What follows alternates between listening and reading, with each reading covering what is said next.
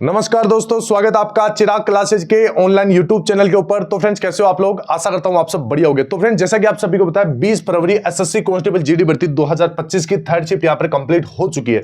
तो कैसा रहा आज का एग्जाम, किस प्रकार के टॉपिक पूछे गए, ठीक है, और कितने सवाल बच्चे अटेम्प्ट करे, क्या था पेपर का लेवल, सारा कुछ इस वीडियो के अंदर हम बात करने वाले हैं। तो इस वीडियो को लाइक कर दीजिए, चैनल को सब्सक्राइब कर दीजिए और बेल आइकन को जरूर प्रेस कीजिएगा, जिससे भर्ती से संबंधित नई नई जानकारी आपको सबसे पहले मिल सके। तो चलिए फ्रेंड्स, शुरू करते हैं और बात करते हैं 20 फरवरी थर्ड शिफ्ट के बारे में। तो यहां पर मैं आपको बता देता हूं, पेपर के लेवल में काफी ज्यादा यहां पर बदलाव हो चुका है। अगर 4 फरवरी का से कंपेयर किया जाए तो पेपर आज का बहुत ज्यादा हार्ड था, ठीक है।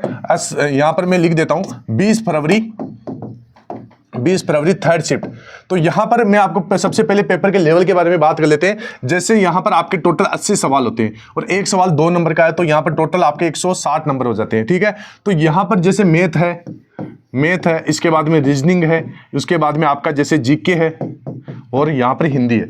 तो कितने सवाल आज बच्चे अटेम्प्ट करें आज वाले पेपर के अंदर? तो मैथ के अंदर यहां पर बच्चे लगभग 16 से लेकर 17 सवाल आराम से यहां पर अटेम्प्ट करिए, सही कर रहे हैं। इसके बाद में रीजनिंग के अंदर, तो रीजनिंग के अंदर लगभग 20 में से 17 से लेकर 18 सवाल, ठीक है। जीके के अंदर 20 में से लेकर आपका 14 या 15 सवाल, ठीक है। इसके बाद में हिंदी के अंदर, हिंदी में 20 में से आपका 18 या 19 सवाल, ठीक है। इतना ही हो रहा है। ये था। अभी किन टॉपिक के अंदर बच्चे फंस रहे हैं, मैथ में कौन कौन से टॉपिक हार्ड आ रहे हैं, तो वो मैं सारा कुछ बताऊंगा। इससे पहले मैं आपको बता देता हूं, यहां पर बच्चे बोले कि सर टाइम नहीं मिल पा रहा है, टाइम का सबसे बड़ा इश्यू आ रहा है। टाइम फ्रेंड्स किस वजह से नहीं मिल पा रहा, मैं आपको बता देता हूं। आप पेपर को क्या करते हैं, एक ही चरण में पूरा करने की कोशिश करते हो। तो ध्यान रखना, पेपर को कभी भी एक चरण में पूरा नहीं करना है, पेपर को 2 से 3 चरण में करना है। पेपर के अंदर जैसे आपके 80 सवाल रहते हैं, तो उसके अंदर 10 सवाल आपके 10 या 12 सवाल ऐसे होते हैं जो पूरा पेपर को उलझा देते हैं। मतलब आपको लगता है कि भाई पेपर हार्ड आ रहा है, लेकिन वो 10-12 क्वेश्चन अगर आप ध्यान से करोगे, यानी आपको क्या करना है, जो भी हार्ड क्वेश्चन है उनको सबसे लास्ट में करना है, ठीक है। जो इजी सवाल है सबसे पहले करना है, जो देखते ही हल हो रहे, उसके बाद में मॉडरेट और लास्ट में हार्ड। अगर इस प्रकार आप पेपर अटेम्प्ट करोगे तो आपके पास समय भी बचेगा और आप पूरा पेपर कर दोगे। और यहां पर ध्यान रखना, पेपर में जैसे 80 सवाल पूछे जा रहे हैं, तो आपको पूरे 80 के 80 सवाल अटेम्प्ट करना है, एक भी सवाल छोड़ के नहीं आना है, क्योंकि नेगेटिव मार्किंग यहां पर बहुत कम है। और इस चीज का अगर आप फायदा उठाओगे तो स्कोर बहुत ज्यादा कर पाओगे और आपका सिलेक्शन भी हो जाएगा, ठीक है। और बहुत सारे बच्चे बोलते हैं कि सर नॉर्मलाइजेशन में क्या तुक्के लगाने से फर्क पड़ता है? तो बिल्कुल भी फर्क नहीं पड़ता।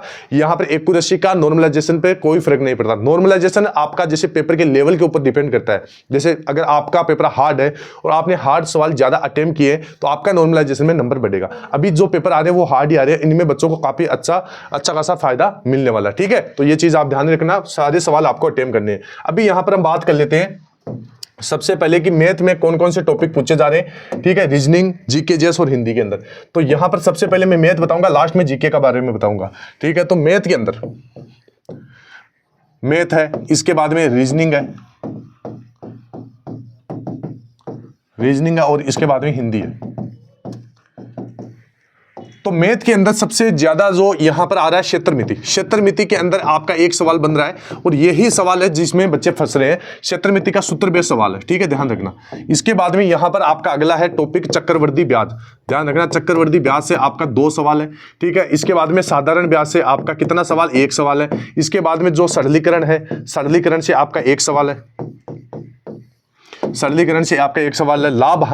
लाभ हानि से आपका 1 सवाल है, ठीक है। इसके बाद में एवरेज, औसत आप जिसको बोलते हो, औसत से आपका 1 सवाल है। इसके बाद में जैसे प्रतिशत है, उससे आपका 1 सवाल है। प्रतिशत से 2 सवाल है और छूट से 1 सवाल पूछा जा रहा है, ठीक है। यही टॉपिक आपके पूछे जा रहे हैं, इन्हीं से घुमा फिरा के आपको सवाल दिए जा रहे हैं और इन्हीं के अंदर बच्चे फंस रहे हैं। बाकी जो समय दूरी है, समय दूरी में भी 1 सवाल ऐसा है जो टाइम टेकिंग है, समय कार्य एकदम नॉर्मल है, ठीक है। तो मैथ के अंदर मैं आपको बता देता हूं, एक तो क्षेत्र मिति है, एक चक्रवर्ती ब्याज है, एक आपका समय व दूरी है, ठीक है। ये 3 टॉपिक आपको अच्छे से, 3 चैप्टर अच्छे से क्लियर कर लेना है। इसके बाद में इसके अंदर जैसे आपका कोडिंग डिकोडिंग है। इसके बाद में एक आपका नंबर सीरीज है। जितनी भी सीरीज वगैरह आती है, नंबर सीरीज, अल्फाबेटिकल सीरीज, ये आपको देखना है, ठीक है। इनसे सवाल बढ़िया बन रहा है, इन्हीं के अंदर बच्चे फंस रहे। एक आपका जो कथन निष्कर्ष है, अभी जो शुरू वाले कथन निष्कर्ष थे वो आपके नॉर्मल थे, अभी जो कथन निष्कर्ष आ रहे हैं वो थोड़ा सा उनका लेवल बढ़ा दिया गया है। ध्यान रखना, 1 सवाल कथन निष्कर्ष है, तो इसको बढ़िया से क्लियर कर लेना है। कथन निष्कर्ष के बाद में आपका एक आता है बैठक व्यवस्था, सेटिंग अरेंजमेंट जिसको आप बोलते हो, इससे आपका 2 सवाल है, ठीक है। और ये इसमें बच्चे बहुत ज्यादा मतलब फंस रहे हैं, ये सवाल गलत कर रहे हैं, ठीक है। इसके बाद में आपका अलग है, जैसे दिशा प्रशिक्षण है, 1 सवाल। ब्लड रिलेशन, ब्लड रिलेशन, ठीक है, एक सवाल। इसके बाद में एक आपका जो ये हो गया ब्लड रिलेशन, एक डाइस वाला जो पासा आता है वो सवाल आता है, ठीक है, और एक आकृति पूरा करना, आकृतियां गिनना, ये टॉपिक आ रही है। बाकी जो हार्ड थे वो हार्ड मैंने आपको बता दिया, और जितने भी आ रहे हैं वो नॉर्मल है, जैसे दर्पण प्रतिबिंब, जल प्रतिबिंब, ये आपका नॉर्मल है, ठीक है। इसके बाद में हिंदी के अंदर, तो हिंदी के अंदर जो जिसके अंदर बच्चे फंस रहे हैं वो है आपका गद्यांश। गद्यांश की 5 सवाल पूछे जा रहे हैं, इसमें गद्यांश भी जो लैंग्वेज है वो हार्ड है, ठीक है। और जैसे आपका विलोम शब्द है, तो विलोम शब्द आपका 2 सवाल है, आराम से आप कर दोगे। इसके बारे में बाद में जो पर्यायवाची शब्द है, पर्यायवाची शब्द भी आपका 1 से लेकर 2 सवाल है, ये भी आप कर दोगे। आपको जिसके ऊपर ध्यान देना वो है कारक, कारक से आपका 1 सवाल है। बहुवचन है, इसको आप कर दोगे, बहुवचन कर दोगे, 1 सवाल है। कारक में सारे तीनों आपको प्रकार देख लेना है। इसके बाद में एक आपका मुहावरे से है, तो मुहावरे देख लेना है। जिसके अंदर बच्चा सवाल गलत कर रहा है वो है आपका शुद्ध अशुद्ध, शुद्ध अशुद्ध, शुद्ध अशुद्ध, और एक वाक्य शुद्धि, वाक्य शुद्धि, ठीक है, ये देख लेना है। और बाकी आपका जितना भी हिंदी है वो नॉर्मल आ रहा है, ठीक है। इसके बाद में आप जीके जिसके बारे में बात कर लेते हैं, तो जीके के अंदर जो भी हमने करवाया है अपने चैनल के ऊपर, इससे बाहर एक भी सवाल नहीं जा रहा है। जीके के अंदर पूरा आपका इन्हीं वीडियो से जा रहा है सवाल, ठीक है। तो आपको क्या करना है, जिनका आने वाले शिफ्ट में एग्जाम है, जिनका 26 को एग्जाम है, जिनका 21 को एग्जाम है, तो आपको क्या करना है, जैसे प्रमुख नृत्य है, तो आप सभी को पता है 1 सवाल आता है इससे। तो ये मैंने 2018 से 24 तक के अब तक जितने भी जीडी के अंदर ये सवाल पूछे गए नृत्य के, तो ये हमने इन वीडियो के अंदर करवा दिए, ठीक है। इसके बाद जनगणना से 2 सवाल है, तो ये भी मैंने करवा दिया 2018 से लेकर 2024 तक के सवाल, ठीक है। इसके बाद में पंचवर्षीय योजना से 2 सवाल, अनुच्छेद से 2 सवाल, तो जो मोस्ट इंपोर्टेंट अनुच्छेद है जो एसएससी पूछता है, एसएससी जीडी एग्जाम में, वो हमने करवा दिए। खेल व ट्रॉफी के 2 सवाल करवा दिए। पर्यायवाची के यहाँ पर आपके 2 सवाल पूछे जाते हैं। राष्ट्रपति का 1 सवाल पूछा जाता है। इसके बाद में ये सारे वीडियो ही आपको देख लेना, इनसे बाहर आपका एक भी मतलब क्वेश्चन बाहर नहीं जाने वाला, ठीक है। तो ये जिनका लास्ट समय में एग्जाम है, आने वाले शिफ्टों में एग्जाम है, ये वीडियो जरूर देखे जाइए, स्कोर बूस्ट होगा, ठीक है। इसके बाद में यहाँ पर अगर आप 100+ मॉक टेस्ट 13 अलग अलग भाषाओं में देना चाहते हैं, तो ये हमारी एप्लीकेशन है, लिंक डिस्क्रिप्शन बॉक्स में दे रखा है, आप जाइए डाउनलोड कीजिए और फ्री के अंदर इसका फायदा उठाइए, ठीक है। तो ये हो गया।